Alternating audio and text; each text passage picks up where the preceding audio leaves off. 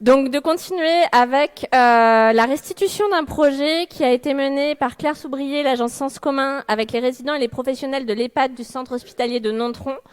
On a la chance pour présenter ce projet d'avoir Claire Soubrier donc, qui est avec nous aujourd'hui et d'avoir Élise Netto, psychomotricienne également au centre hospitalier de Nontron, qui vont pouvoir rapidement nous parler du projet en introduction. Et après, on aura une vidéo de restitution du projet et on pourra prendre une ou deux questions également si vous en avez sur le projet. Claire, Élise, je vous laisse la parole.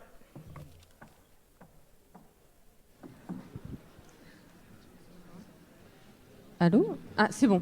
Bonjour, donc je suis Claire Soubrier, je suis artiste plasticienne.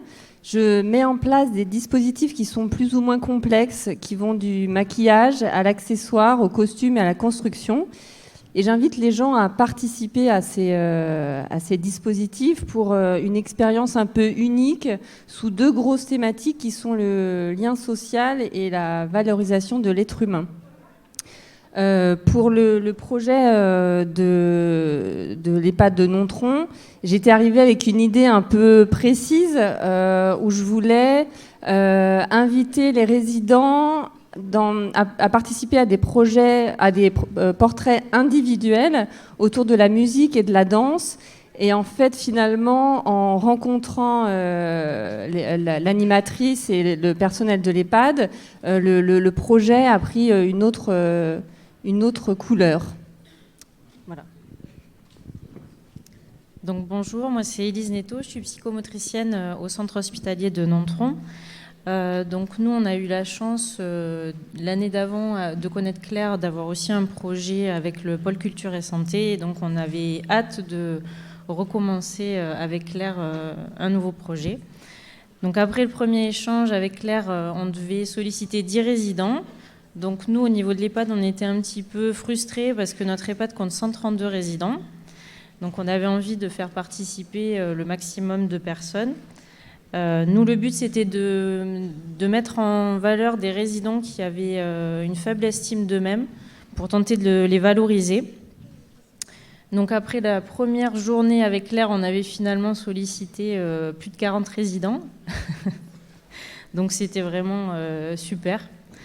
Donc on avait fait ça en 2022 et donc on a eu pendant une semaine, tu es venu pendant une semaine et donc on a eu une immersion en fait rapide pendant une semaine et la journée s'était menée de joie, de partage, tout en respectant à la fois les capacités, les envies et aussi les réticences de chacun.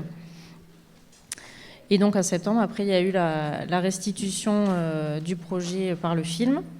Et au total, donc, on a sollicité 60 résidents de l'établissement, 17 membres du personnel de différents services, que ce soit côté administratif, côté pôle hôtelier, pôle de l'entretien, des aides-soignants, du personnel paramédical et l'animation, bien sûr. Donc ce projet nous a permis d'avoir un autre regard sur les résidents, de voir leur personnalité au-delà de leur perte d'autonomie et du soin qu'on a à leur apporter au quotidien. Les résidents ont également pu prendre conscience de leurs capacités et de voir qu'ils pouvaient aussi faire de belles choses.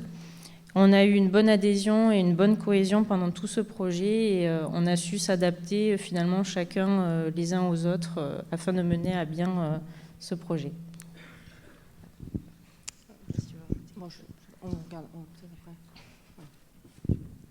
On va pouvoir regarder la vidéo et puis après on pourra rééchanger sur le projet si vous avez des questions. Merci à vous deux. Ça va vite, hein, c'est... Et tout.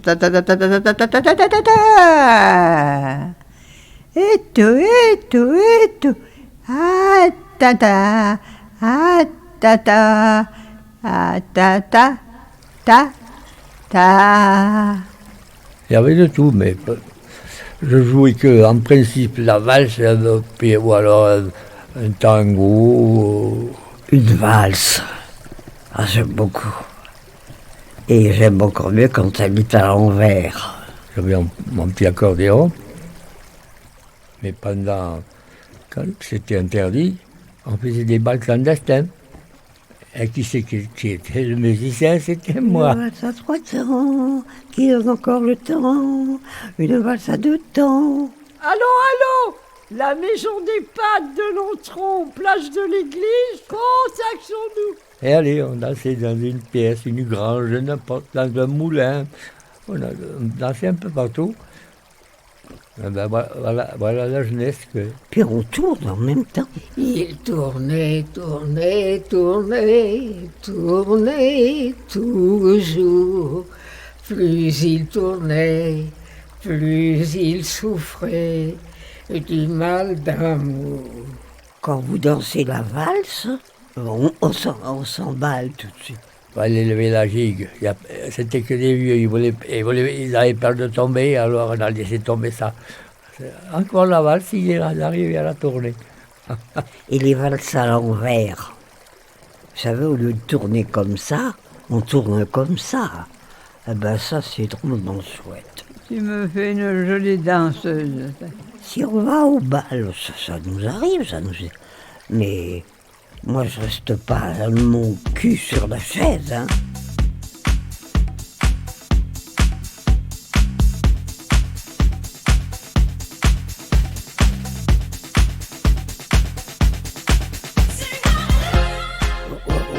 On est fou quand on est sur la piste. Oui. Parce que quand vous avez la musique et que vous êtes au milieu de la piste, eh ben vous pouvez pas rester indifférent à ça.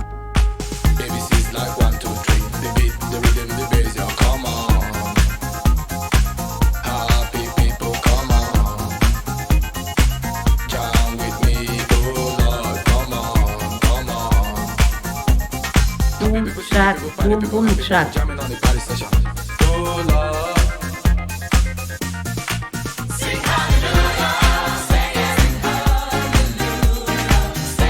Hey coquine.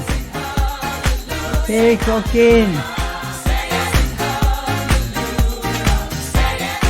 S'il va à gauche et qu'il faut qu'elle va à droite, ça va pas aller, hein.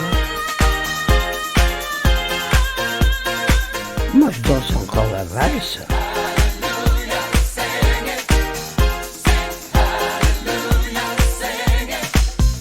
Qui vous traîne et vous entraîne.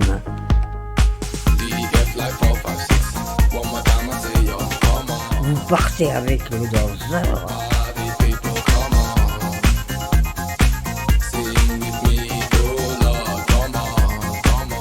Avec mon âge. Il faut faire attention. Attends, Joa. Oh, c'est plus fort que moi. Faut bien s'amuser, hein.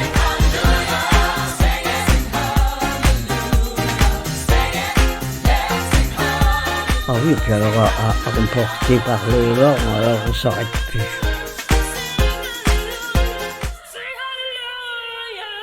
Avec mon mari, on est emporté, il n'y a plus personne qui compte.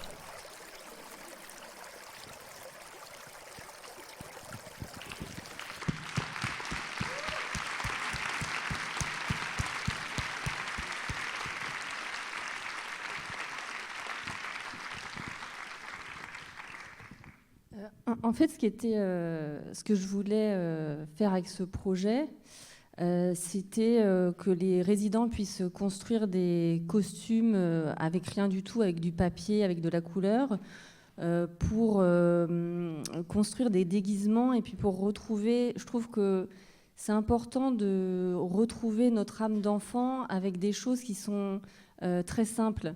Comme vous disiez tout à l'heure, en fait, je crois que, en tout cas pour moi, je ne veux pas perdre mon âme d'enfant parce que c'est elle qui espère tout, qui croit tout, et c'était important pour moi de proposer à la fois aux résidents et au personnel ce moment en fait où on n'a plus peur du ridicule. Et ce moment où on n'a plus peur du ridicule, en fait, on n'a plus peur de l'autre. Et donc, il y a vraiment ce lien qui se recrée entre nous et cette joie. Et je crois que c'est ça le lien d'amour qu'on a les uns avec les autres. Voilà.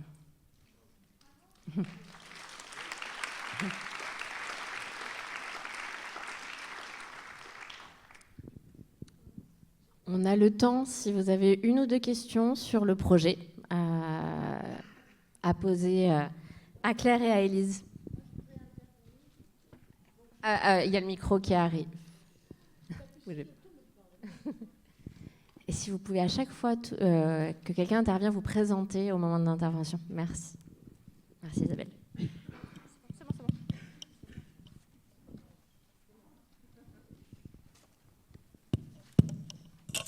Oui, bonjour, je suis Isabelle Lasserre, chorégraphe, La Renverse.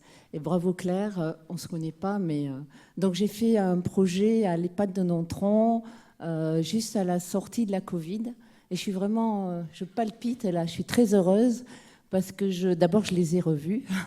Je vois cette énergie, je vois plein de liens, les professionnels, les résidents.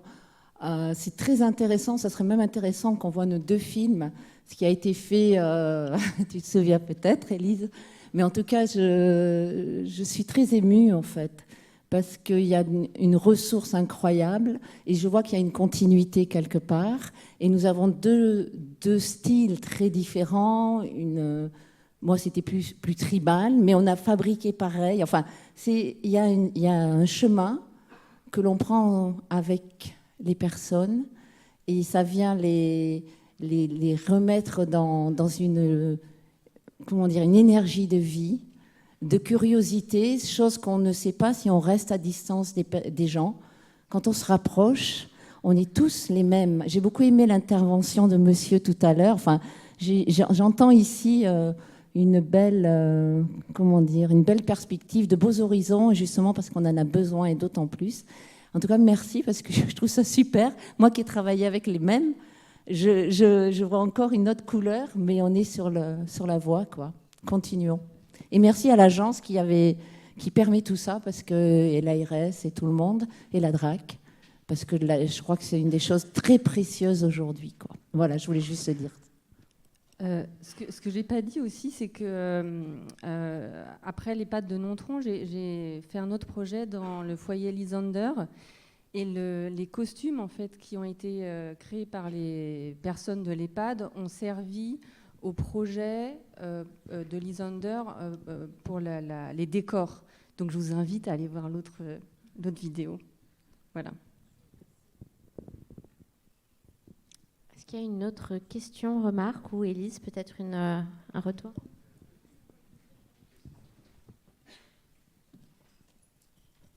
Bonjour, Nicolas Boucher. Alors, je suis artiste. Ma question va être vraiment une question en amont. Pour le coup, moi, je fais de la BD. C'est une pratique hyper personnelle qu'on fait chez soi, etc. À quel moment dans la pratique artistique que vous avez, vous passez d'un travail justement intime, où je travaille chez moi, je fais ma petite production, entre guillemets, à ce projet-là, je dois le monter justement dans des lieux comme des EHPAD, avec un public de personnes handicapées, de personnes âgées. À quel moment du parcours artistique, du projet artistique, ça se développe et comment ça se met en place concrètement? Parce qu'on parle beaucoup de comment ça se passe très bien, c'est super. Et comment on le met en place en amont finalement? Vous voulez dire sur mon parcours artistique? En l'occurrence, on a l'exemple là, cet exemple-là, mais... Moi, dans mon travail, j'ai toujours travaillé avec des gens. En fait, c'était important pour moi que les gens fassent partie de l'œuvre d'art. J'ai d'abord commencé en fait dans des galeries. J'ai surtout fait des performances. En fait, c'était des dispositifs qui étaient mis en place dans des vernissages. Et puis en fait, je me suis installée en 2018 à Bordeaux. Et par un lien, j'ai quelqu'un que je connaissais qui m'a invité à participer à un projet participatif et artistique dans une structure d'aide au service à la personne à domicile. Et en fait, à partir de là, je vous avoue que je n'ai pas vraiment cherché. C'est venu me chercher. En fait, après, j'ai fait des projets dans des EHPAD.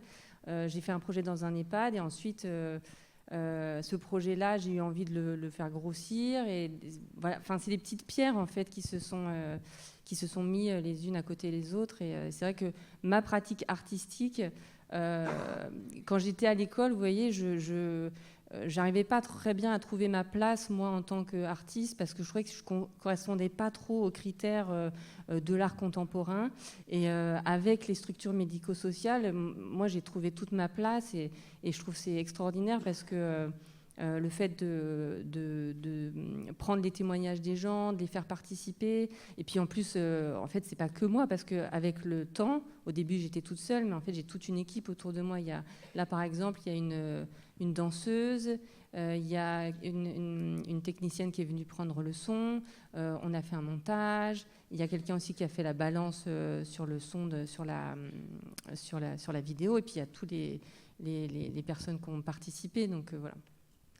Je pense que c'est aussi des points qu'on pourra évoquer cet après-midi sur la table ronde pour continuer les échanges. Je crois qu'il y a une dernière question. Je vais vous demander de la faire synthétique, si c'est possible. Très bien, oui. Benjamin Guy, je suis médecin en service de médecine à Ribérac.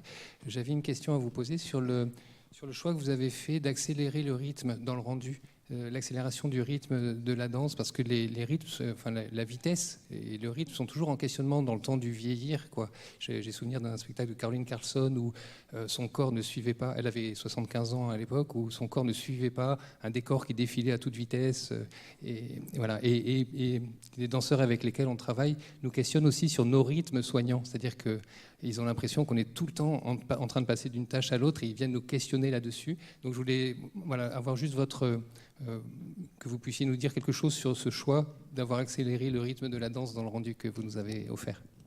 C'est vraiment pour le rythme avec la musique, et c'est sûr que quand on est...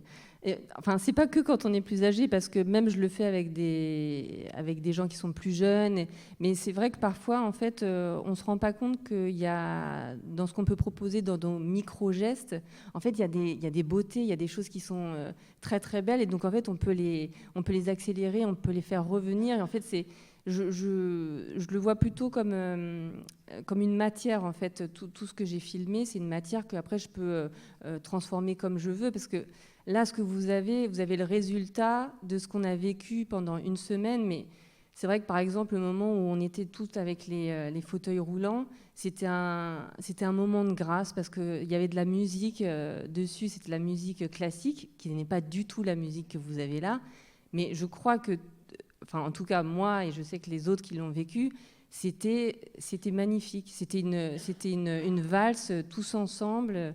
Et donc c'est vrai qu'il y a des choses qui sont imperceptibles quand moi je vous montre cette vidéo-là, mais il y a des choses qu'on vit en fait au quotidien avec le projet artistique qui sont après gravées dans nos cœurs et qui ne sont pas du tout retransmis.